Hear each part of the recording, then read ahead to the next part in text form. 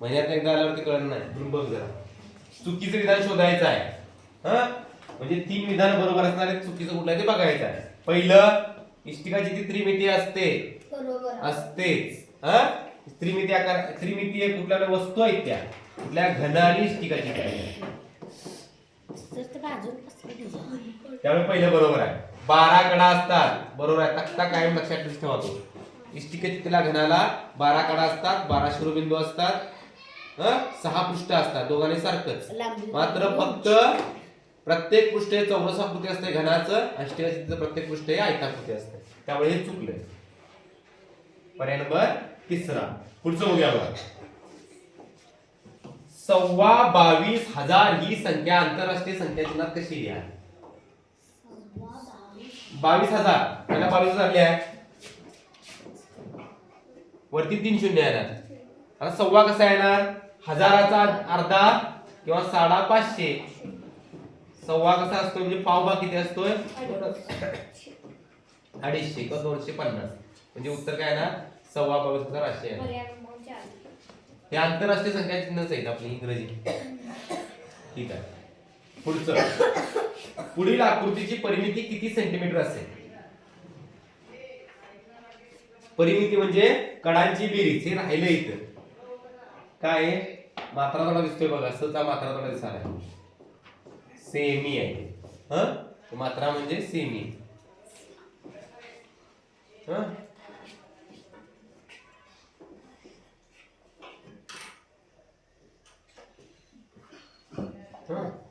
ठीक आहे.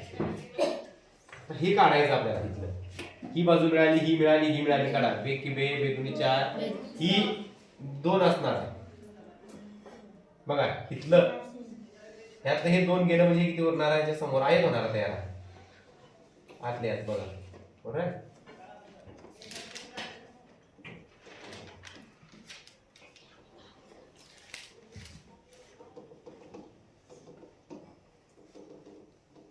जोडलं तर 2x2 चे चौरस तयार होणार आहे. त्यामुळे हे माप 2 असणार आहे, हे 2 असणार आहे, हे 2 असणार आहे, हे 2 असणार आहे, हे 2 असणार आहे, हे 2 असणार आहे. हे 4 दिले म्हणजे 2 2 आहेच ते. हे 2, हे 2, हे 2, हे 2, हे 2, हे 2, हे 2 असणार. मोजा आता. बे की बे, बे दुनी 4, बे त्री 7, बे चौका 8, बे पंचे 10, बे सत्ते 12, बे सत्ते 14, बे आठे 16, बे 9 18, बे 10 20, 11 दुनी 22, 12 दुनी 24, 13 दुनी 26, 14 दुनी 28, 15 दुनी 30, 16 दुनी 32, 17 दुनी 34, 18 दुनी 36. उत्तर किती आलं? 36. पर्याय नंबर 2. ठीक आहे. पुढे बघा.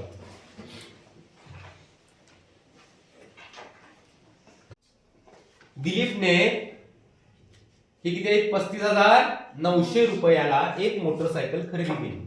तिच्या दुरुस्तीसाठी 3,780 रुपये खर्च केला.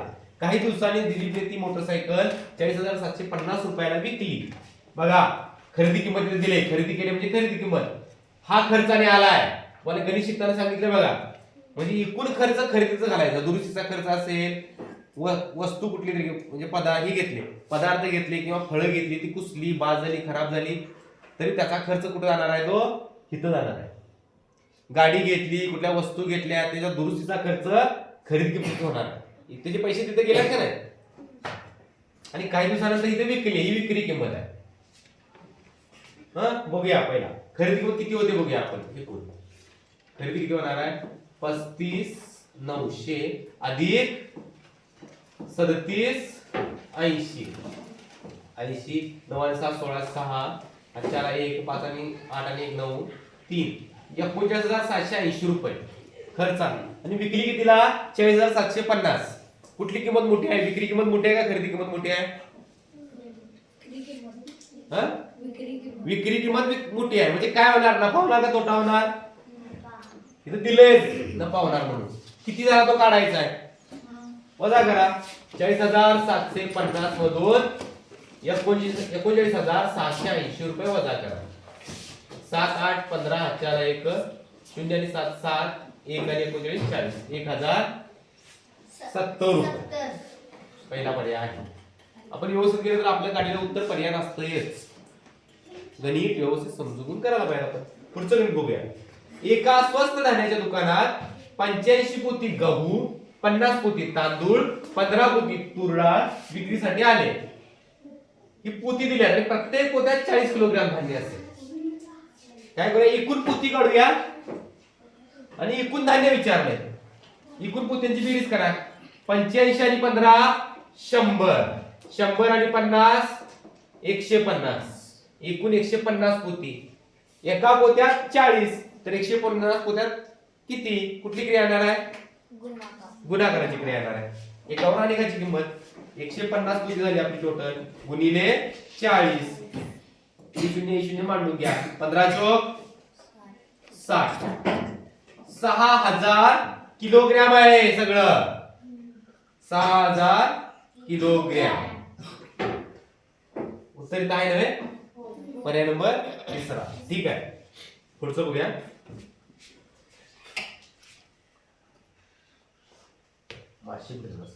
ठीक आहे, पुढे 31वा प्रश्न बघा. खालील अपूर्णांकाच्या जोड्यामधील इथे चौकट दिल्यात बघा, 3 अपूर्णांक दिल्यात, मध्ये 2 चौकट आहेत. पेक्षा मोठा, पेक्षा लहान आणि बरोबर यापैकी चिन्ह घालायचं. पहिला ह्या दोन्हीची तुलना करूया, पहिल्या आणि दुसऱ्या अपूर्णांकाची. काय करूया, छेद सारखा असला तरी आपल्याला लहान मोठा ठरवता येतोय, सारखा नसेल तर सारखा करून घ्यायचा, अंश सारखा असेल तरी लहान मोठेपणा ठरवता येतो आपल्याला. काय करूया बघा, छेद सारखा करून घेऊया. हेच संक्षिप्त रूप काढायचे येते बघा. संक्षिप्त रूप 3 बे 6 बे चौक 8, 3/4 आणि 3/4 काय होणार, कुठलं चिन्ह येणार, बरोबर आहे ते, म्हणजे बरोबर चिन्ह येणार इथं. आता 3/4 आणि 7/9. छेद सारखा करून घेण्यापेक्षा काय सांगितलंय, इथं 0 0 वाढवा असा आणि भाग द्या. 40 सत्ते 28, उरले 2, 4 पंचे 20, दशांश चिन्ह, कारण का 20 केल्यानंतर दशांश चिन्हानंतर 0 वाढणार आपल्याला. कळलं, ही संख्या किती झाली, 600, म्हणजे पुढे 2 घेऊन 0 20, 2ची 20 केली आणि दशांश चिन्ह घेतलं, 7.5 आला. आता 9 7 63, उरले 7, परत 9 7 63, कुठलं मोठं आहे ना, 7.5 मोठा का 7.7 मोठा, अगदी बरोबर आहे, म्हणून हा पूर्णांक आहे ना मोठा. कुठलं बघा, पर्याय क्रमांक 4. ठीक आहे, पुढचं बघूया. चुकीचे विधान ओळखायचं आहे, म्हणजे 3 विधानं बरोबर आहेत. कोणतीही संख्या व शून्य अशी जर वाक्य पडली तर गणित घ्यायचीच. कोणतीही संख्या एकच घ्यायची, एक ही संख्या झाली किंवा 2 घ्या आणि 1 0 यांचा गुणाकार, 1 0 0, म्हणजे उत्तर बरोबर आहे. कोणत्याही विषम संख्येला, विषम संख्या कुठलीही घ्या, एकच घेऊया आपण, पहिली विषम संख्या. विषम संख्येनं गुणलं, दुसरी विषम संख्या घ्या. 1च्या पुढची विषम संख्या 3 1 उत्तर सम आलं काय, म्हणजे पर्याय चुकला, दुसरा उत्तर लिहायचं. तरी तपासून बघूया आपण. गुण्य गुणले गुणक, गुण्य अगुणक बरोबर 0 असेल तर एक तर हे 0 असेल किंवा एक तर हे 0 असेल, बरोबर आहे, ते वाक्यच बरोबर आहे. गुणाकार कोणत्याही 2 संख्याचा जर 0 असेल तर त्यातला पहिली संख्या तरी 0 असते, गुण्य तरी 0 असतो, किंवा गुणक दुसरी संख्या किंवा गुणक तरी 0 असतो, बरोबर आहे. कोणत्याही 2 संख्यांच्या एकक स्थानी समान अंक असल्यास गुणाकाराच्या एकक स्थानी 8 हा अंक येणार नाही. बघा 8 हा पूर्ण वर्ग कुठल्या संख्येचा आहे का बघा. पूर्ण वर्ग संख्या असणारी संख्या 1 4 25 9 36, कुठेतरी 8 दिसतोय बघा. 1 न 1 ला गुणलं 1 येतंय, 2 न 2 ला गुणलं 4 येतंय, 3 न 3 ला गुणलं 9 येतंय. आपलं उत्तर मिळालंय, पण जादाचं काय करतोय, पुढचा एखादा प्रश्न अशावर असू शकतो म्हणून आपण सांगतोय विश्लेषण. 4 न 4 ला गुणलं 6 असते एकक स्थानी, एकक स्थानी 4 गुणिले 4 6 नव्हे, एकक स्थानचा अंक फक्त सांगतोय मी. 5 न 5 ला गुणलं एकक स्थानी 5 येते. तिथं 1 4 9 6 5 हे 3च अंक येतात वर्ग संख्यांच्या ठिकाणी, त्यामुळे 8 हा अंक कुठे येत नाही. 6 न 6 ला गुणलं तर 6 येतंय एकक स्थानी. 7 न 7 ला गुणलं तर एकक स्थानी 7 येतंय.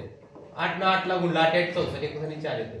9 ला 9 न गुणलं आणि 0 न 0 ला म्हणजे 10 न 10 ला गुणलं तर एकक स्थानी 0 येतंय. हे 0 1 4 9 6 5 हे 6 अंक सोडून 2 3 7 आणि 8 हे 4 अंक कधीच येत नाही वर्गसंख्येच्या एकक स्थानी. त्यामुळं येणार नाही म्हटलं म्हणजे बरोबर आहे वाक्य. वाक्य बरोबर आहे. चुकीचं वाक्य कुठलं हे आपण काढलंय. कळलं? पर्याय नंबर दुसरा. ठीक आहे, पुढचं बघूया.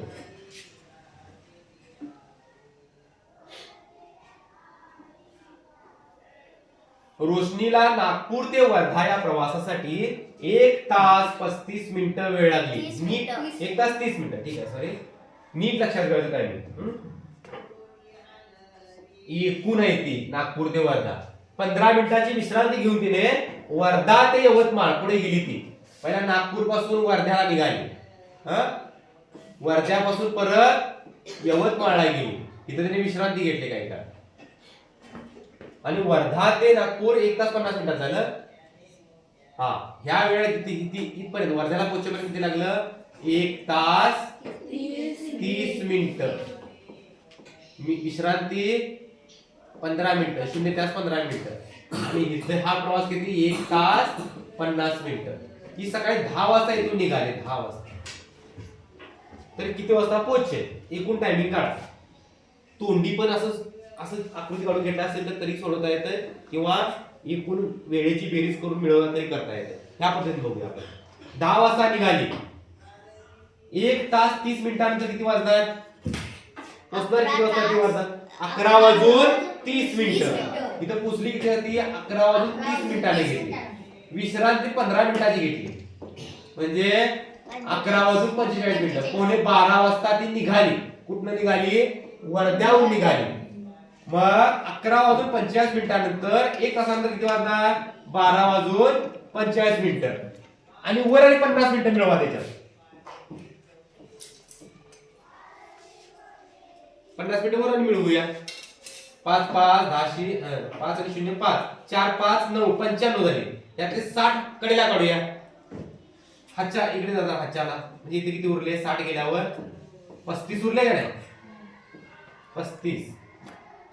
आता 12 आणि 1 12 मध्ये 1 तास मिळवला तर एकच वाजणार. 13 होणार. 13 वाजून 35 मिनिटं म्हणजे दुपारचा 1 वाजून 35 मिनिटं. पर्याय क्रमांक 3. कळेल? ठीक आहे, पुढचं बघूया. जर आयताकृती भिंतीला रंग देण्यासाठी आता रंग द्यायचं गणित असेल तर क्षेत्रफळाशी संबंधित आहे. मला सांगितलं की नाही, घनातली किती पाणी वावेल, माती किती असं असेल तर ते घनफळ काढायचं असतं किंवा कडेला रंग द्यायचा असेल एखाद्या खोलीला वगैरे तर ते पृष्ठफळ काढतोय आपण. तसा क्षेत्राला भिंतीचं एक क्षेत्र आहे, जमिनीचं क्षेत्र फरशी बसवण्यासाठी तर क्षेत्रफळाशी संबंधित येतो. भिंतीला रंग द्यायचा, क्षेत्रफळ गरजेचं असतं इथं. बघा, आयताकृती आहे, आयताचं क्षेत्रफळ माहित पाहिजे. दर दिलाय म्हणजे गुणाकार करायचा. प्रति हा शब्द असेल तर गुणाकार करायचा आहे. एका चौरस मीटरला 45 रुपये, 47 रुपये मजुरी द्यावी लागते. बघा, भिंतीची लांबी आता गणित बघा, तुम्हाला लांबी रुंदी दिली असती तर तुम्ही क्षेत्रफळ काढलं असतं. क्षेत्रफळ काढून एका चौरस मीटरला इतके तर ह्या चौरस मीटरला किती गुणाकार केला असता. तुम्हाला काय केलंय? अगोदर मजुरी दिली. काय करतोय आपण? एका चौरस मीटरला 45 तर एकूण चौरस मीटर किती क्षेत्रफळ? एकूण क्षेत्रफळ म्हणजे चौरस मीटर बरोबर किती दिले तुम्ही? 27 दिले. आपल्याला क्षेत्रफळ काढून घ्यायचं आहे. दिलेली मजुरी तिने दिलेली आहे. मग काय करायचं? इथं गुणाकार आहे. काय होणार? क्षेत्रफळ काय येणार? काय होणार? इकडे गुणाकार, तिकडे काय होणार? 2700 भागिले 45. इथंच करूया, ह्याच्यात ह्या बाजूला करूया, जागा 2700 भागिले 45. 3 भागूया 45 पाडा म्हणण्यापेक्षा, बघा ना, ह्याला 3 भाग जातो, ह्याला आपण जातोय. 15 × 45 3 नव्हे 27 0 0 आता 15चा भागाकार येतोय ना, 15चा पाडा येतोय. आता द्या 15 × 15 15 सक्क 90 उरली 0 15 शून्य 0. क्षेत्रफळ किती आलं 60 आलं. क्षेत्रफळ आलं 60. आता क्षेत्रफळाचं सूत्र काय लांबी गुणिले रुंदी बरोबर 60. मग आता काय लांबी किती आहे 15 आहे. 15 ला कितीने गुणायचं म्हणजे रुंदी 60 येणार. 15 ला कितीने गुणूया 60 उत्तर यायला सांगा 4 15 चोक 60 किंवा रुंदी बरोबर 60 ला 15 ने भागा 15 चोक 60 उत्तर किती येणार. एकक मीटर मध्ये आहे इथे हे पण मीटर मध्ये येणार. हा इथं पण चौरस मीटर दिले त्यामुळे 4 मीटर उत्तर कळले. लिहून घेणार घ्या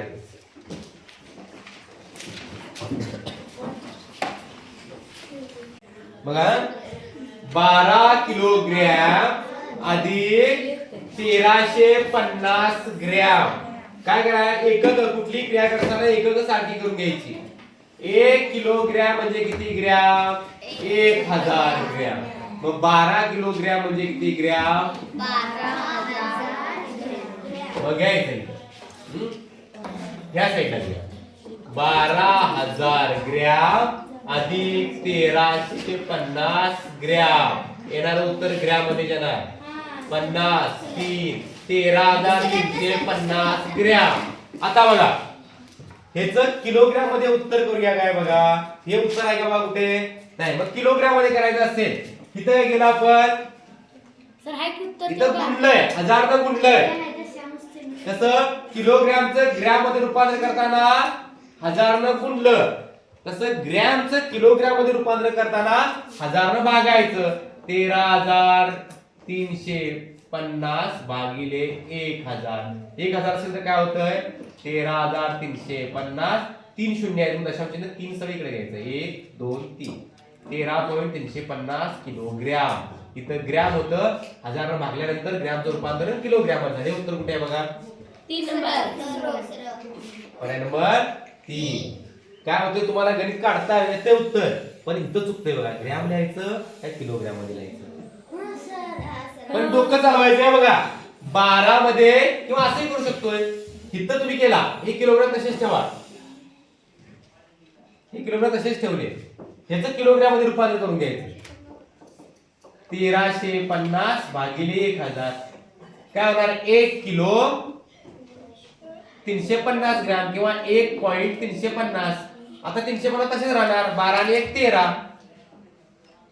कळलं काय हे असं येऊ शकतंय 1300 किलोग्रॅम होऊ शकत नाही 12 मध्ये डायरेक्ट ग्रॅम पण होऊ शकत नाही कारण ते 12000 आपल्याला माहित आहे. ठीक आहे पुढे बघा योगेशला बँकेतील ठेवीवर 72 रुपये 5 पैसे व्याज मिळाले. आता व्यवहार पैशात आहे 72 रुपयाचे आता 72.05 करून घ्यायला पाहिजे किंवा काय करा सगळं पैशात करून घेऊया सगळं पैशात करून घेऊया. इथे विचारलं रुपयात ठीक आहे रुपयात तर रुपयात पहिला पैशात करून घेऊया नंतर भाग बघूया. 72 रुपये म्हणजे 7200 पैसे 1 रुपया बरोबर 100 पैसे बरोबर नव्हे. मग 72 रुपये म्हणजे 72 गुणिले 100 7200 आणि वरच्याने 5 पैसे यात आणि 5 पैसे म्हणजे काय होणार उत्तर 7205 7205 होणार. हे 7200 आणि वरचे 5 म्हणजे 7205 रुपये होणार. हे काय पैसे. आता बघा इथं काय केलं आपण रुपयाचं रूपांतरण पैशात करताना 100 न गुणलं मग रुपयाचं रूपांतर पैशाचं रूपांतरण रुपयात करताना 100 न भागायचं. काय ना 2 हाय तशी लिहून घ्या 2 शून्य आहेत म्हणून 2 दशांश इकडे घ्यायचं 72.05 रुपये. हे तुम्हाला तुम्ही 72.5 लिहिणार गोंधळ होणार म्हणून मी तुम्हाला हे करून दाखवलं मुद्दाम कळेल. 50 पैसे असतील तर 72.5 लिहायचं संग्राम 50 असले हे 50 होतात 2 अंकी घ्यायचं आणि 5 पैसे असेल तर 0.72.05 घ्यायचं हे उत्तर आहे. 100चा 5वा भाग 5 पैसे म्हणजे काय येणार दोन अंकी करून घ्यायचं हे उत्तर किती आहे. पर्याय क्रमांक कितवा पहिला आहे ना पहिलाच. ठीक आहे पुढे बघा लिहून घे ना. एका व्यापाऱ्याने प्रति क्विंटल म्हणजे एका क्विंटलला किती प्रति क्विंटल 2,500 रुपये 2,500 रुपये एका क्विंटलला असे 300 पोती घेतली. अतिवृष्टीमुळे त्यापैकी 70 पोती धान्य खराब झाले. घेतली होती 300 त्यात खराब झालं म्हणजे वजा करायचं राहिलं 230 हे लक्षात ठेवायचं. आणि उरलेली जी पोती होती 230 त्याने 27 रुपये प्रति क्विंटल दराने विकली. आता इथं पोती सांगितले एका पोत्याचं वजन एक पोत बरोबर 1 क्विंटल धरायचं आपण. कळलं दुसरं काही ज्यादा दिलेलं नाही. त्यामुळे बघा खराब झालेलं धान्य असेल तर ते अंगलट कुणाच्या खरेदी करणाऱ्याचे. मग 230 घेताना कसं घेतलंय त्यानं 300 पोत्याप्रमाणे घेतलंय. घेताना 300 पोती घेतली होती. खरेदी कोण काय येणार 300 ला येणार. 300 गुणिले 2,500 खरेदी कोण किती येते बघा 1 2 3 4 शून्य लिहा 2 3 4 25 75 7,50,000 रुपये दिले होते. विकताना मात्र बघा मधल्या काळात काय झालं अतिवृष्टी झाली पाऊस झाला 30 पोती 70 पोती खराब झाली. उरलं विकायचं धान्य उरलं किती जडे शिल्लक 230 पोती. ते त्याने कसं विकलं 230 गुणिले 2700 रुपये एक पोत असं विकलं. ही विक्री किंमत आहे. विक्री किती येणार बघा मग 1 2 3 3 शून्य लिहून घ्या. 23 गुणिले 27 करा 27 3 81 27 दुनी 54 54 आणि 8 62 621 म्हणजे 6,21,000. 7,50,000 ला विकत घेतलं 6,21,000 ला विकलं. 6 लाख मोठे का 7 लाख मोठे पण नफा होईल का तोटा होईल सांगा. कुठली किंमत मोठी आहे यातली 6,21,000 मोठी काय खरेदी केलेली किंमत मोठी आहे का विकलेली किंमत मोठी आहे.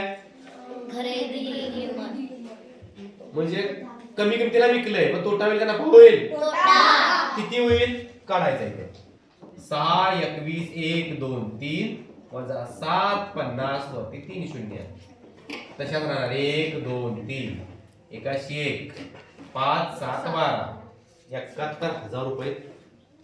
चुकलं काय ए असं कधी घेत असते काय असं कधी घेत असतं मी केलो उलट गणित कधी जगात गणित होते काय सांगा. काय झालं चूक बघा हे करा पायात पुढे चुकलं माझं फळ्यावर चुकलं बघा 9 1 10 9 आणि 1 10 चला 1 2 3 5 1,29,000 रुपये. गणेशच्या बाबाला तोटा झालं. त्या मदतीसाठी 5 सेवाभावी संघटनांनी अनुक्रमे 5 वेगवेगळ्या संघटनांनी मदत केली आहे बघा. एकानं 12,870 दुसऱ्यानं 13,850 हे 9,000 हे 25,367 मदत केली आहे. तर एकूण मदत किती बेरीज करायची येते ना बेरीज येते पण शुद्धीत पाहिजे तुम्ही एकाखाली एकक दशकाखाली दशक स्थानाखाली त्याचे स्थान घ्यायला पाहिजे. हे 13,850 हे 9,000 इथनं 9 घ्यायचे नाहीत हे 9 इथे येणार 9,740 मधले पुढचे किती आहेत 25,390. आता हे मधला ती 39 घेशील हे किती 7,450 शून्याशी सर शून्य. थांबा. 7 5 12, 12 आणि 4 16, 16 आणि 9 25 आणि 5 30, हातचे आले 3, 8 3 11, 11 आणि 8 19, 19 25, 25 आणि 3 28, 28 आणि 4 32, हातचे आले 3 2 5 3 8 9 17 आणि 5 22 आणि 7 Sorry, 19, असं काय बोलताय? 2 1 3 1 4 2 6 सर थांबा. 59,200 रुपये. सर पुसा. बेरीज सगळ्यांना येते ती तुम्ही करा. पुढे बघा. बेरीज गणित काय ते करायचं आपण. पुढचं बघा. 3 एक दिवसीय नाट्य महोत्सवात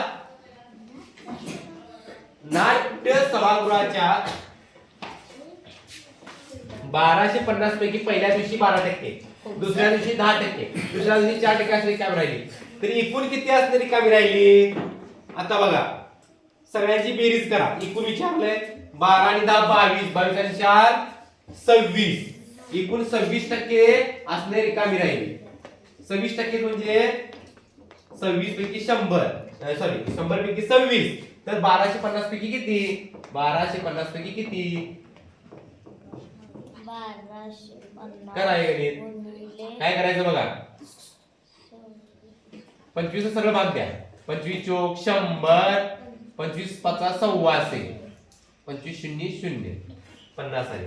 परत आता बे दोन्ही 4, 13 दोन्ही 26, बे एकी बे 25, 25 गुणले 13 करा. 13 5 65, 6, 13 दोन्ही 26 आणि 6 32. सर ते तुमच्या अक्षर. हे गणित करता आलं पाहिजे असं. तिरकस गुणाकार नाहीतर मग 100 त्यांचा गुणाकार करून गुण नंतर भाग द्या कसंही करा. पण हे असं केलं तर बरोबर. उत्तर किती आलं? 325. ठीक आहे. सर झालं. नेक्स्ट पुसा. काय लक्षात ठेवा. या 29 तारखेचा महिना दिला असेल तर 1 तारीख 5 वेळा आहे. 1 तारखेचा वार 5 वेळा आहे. त्या महिन्यात 30 दिवस असतील तर 1 आणि 2 तारखेचे वार हे 5 वेळा येतील. हा 31 तारखेचा महिना असेल 1 तारखेचा 2 तारखेचा 3 तारखेचा हे तिन्ही वार 5 वेळा येतील. आता आपला मार्च महिना दिलाय. मार्च महिन्यात दिवस असतात 31. त्यामुळे 1 तारीख 2 तारीख 3 तारीख हे ह्या दिवशी असणारे वार 5 वेळा येतात. हा आता 15 तारीख आहे. 15तनं 7 वजा करा 8, 8तनं 7 वजा करा 1, 1 आणि 7 8, 8 7 15. 1 तारखेला कुठला वार येणार? सोमवार येणार. हा 5 वेळा येणार. 2 तारखेला मंगळवार येणार. हा 5 वेळा येणार. 3 तारखेला बुधवार येणार. हा सुद्धा 5 वेळा येणार. सोमवार मंगळवार बुधवार यापैकी कुठलं उत्तर आहे बघा. सोमवार मंगळवार बुधवार सोडून गुरुवार येणार नाही, शुक्रवार येणार नाही, शनिवार येणार नाही. येणार कुठला? सोमवार मंगळवार बुधवार पैकी म्हणजे बुधवार येणार. हे उत्तर हे लक्षात पाहिजे बघा. 29 तारखेचा वार म्हणजे 1 तारखेचा वार एकदा येणार 5 वेळा येणार. 30 तारखेचा वार म्हणजे 1 तारखेचा आणि 29 तारखेचा असे दोन. 29 30 आणि 31 म्हणजे 1 आणि 2 आणि 3 तारखेचा हा येणार 5 वेळा येणार. ठीक आहे. पुढचं गणित बघूया. एका वर्तुळाची त्रिज्या सर केसरी 7.2 सेंटीमीटर आहे तर त्याचा व्यास किती असेल आपल्याला माहित आहे. त्रिज्येची दुप्पट म्हणजे व्यास. त्रिज्येची दुप्पट किंवा त्रिज्या गुणिले 2 म्हणजे व्यास. व्यास काढायचा आहे आता. त्रिज्येची दुप्पट त्रिज्या एवढी आहे गुणिले 2 हे सोपं झालं की मग छेद 1 करून घ्यायचा. 2 गेले 2 गेले किंवा बेकी बे उरले किती 7. 7च्या निम्म म्हणजे 3.5 आहे. व्यास च्या दुप्पट 3.5च्या दुप्पट किती होणार 7च होणार. हे उत्तर ठीक आहे. नेक्स्ट थांबा लिहून घेतो. 78,312, 78,135, 78,351, 78,531 या संख्या उत्तर त्या क्रमाने लिहायचे. नंबर कसे देणार? सगळ्यात मोठी संख्या 1 नंबरला, 2 नंबरला त्याच्यापेक्षा लहान येणार. आता बघा 78चा समुद्र काढून टाकूया. 312, 135, 351, 531 ही 1 नंबरला येणार. ही 2 नंबर बघा, ही 2 नंबरला येणार, ही 3 नंबरला येणार, ही 4 नंबरला येणार. आता पहिली व आता उत्तर त्या क्रमाने लावल्या कसे लावताना कसं लिहितोय आपण की पहिला लिहिणार आहे, दुसरा लिहिणार आहे, तिसरा आहे, चौथा. उजवीकडून कसा क्रमांक बघा, आता हे लिहूनच घ्यायला पाहिजे, तुम्ही गोंधळ उडणार तुमचा. ही लिहून घ्या. 78 531 पहिला, नंतर 78 हे उजवीकडून दिल्यामुळे शब्द दिल्यामुळे तिसरी 78 312 आणि नंतर काय ना 78 135. आता यातली पहिली संख्या ही आणि उजवीकडून तिसरी तिकडनं इकडे तिसरी म्हणजे ही येणार. पहिल्या आणि दुसऱ्या संख्येची बेरीज येणार, यांची बेरीज येणार करायची. सर माझं पेन आडवी बेरीज करा. 1 आणि 1 2, 5 आणि 3 8, 3 आणि 5 8, 8 आणि 8 16. 15 लिटर 200 मिली लिहून घ्या. 15 लिटर 200 मिली. 15 लिटर 200 मिली वजा 13 लिटर दशांशात 3 अंक येणार.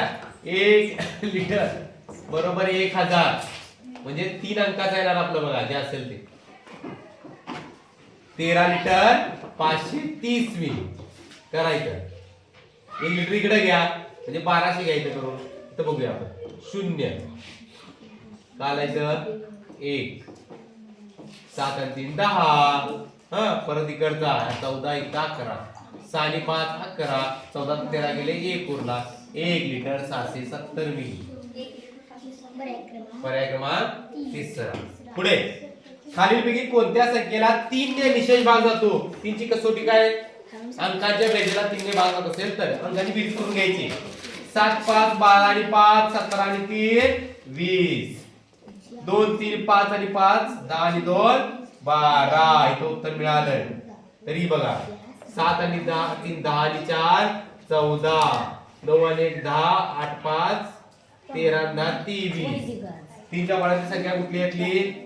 12 म्हणजे पर्याय नंबर 3. ठीक आहे. नेक्स्ट या अंकाची बेरीज तुम्ही करून घ्या. ही लिहून घ्यायची गरज नाही. परत पुढचं बघा. 14/15 हा पूर्णांक कोणत्या पर्यायाचा सममूल्य अपूर्णांक आहे? ही गणित करून घ्यायची पर्यायाची. काय ना उत्तर छेद समान असेल तरच बेरीज किंवा वजाबाकी होते. मग काय येणार? छेद तसाच 3 2 गेले 1 उरला. सरळ बसले. 4 आणि 3 7. 2 अंश 5 7 अंश 7. ह्याचा सममूल्य करायचा. मग ह्याचं काय करा? छेद 7 करायचा आहे. 35 चा छेद 7 करायचा असेल तर काय करायचं? कमी करायचं. सारख्या संख्येने भागतोय आपण. 5 चा 7 5 नेला भाग जातात. 7 5 35. 7 नेला जातो त्याला जातो ते द्यायचा. 5 7 7 5 35. 7 2 14. 2 अंश 5 कुठलं उत्तर आहे बघा. याचा सममूल्य अपूर्णांक 2 अंश 5 आला. याचं उत्तर कुठलं आहे बघा? चारी पर्याय. दुसरा पर्याय नंबर 2. प्रणवला 24,17,300 रुपयाचा प्लॉट खरेदी करायचा आहे पण त्याजवळ पैसे नाही, कमी आहेत पैसे. 7,12,300 रुपये प्रणव. उर्वरित रक्कमेला कर्ज घ्यायचे आहे. किती घ्यायचं आहे? वजाबाकी करा. केवढे कमी आहेत तेवढेच तू कर्ज घेणार आहे का जास्त उधळणार आहे? नाही. करा 24,17,300 वजा 7,23,000 नाही 7,12,000 आहे. वजा करायचं सर. कमी म्हणजे वजाच येणार की किती कमी होते? हा 300 रुपये थोडे बरोबर आहे तुमच्याकडे.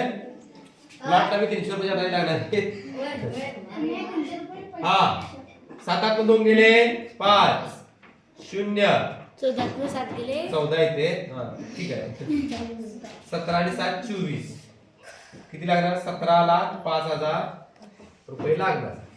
17,05,000 पहिला पर्याय. इथं 300 आहे, इथं 300 आहे, इथं 300 घेशील. 300 सर माझं बी तेच उत्तर आलं. अरे वा गुड.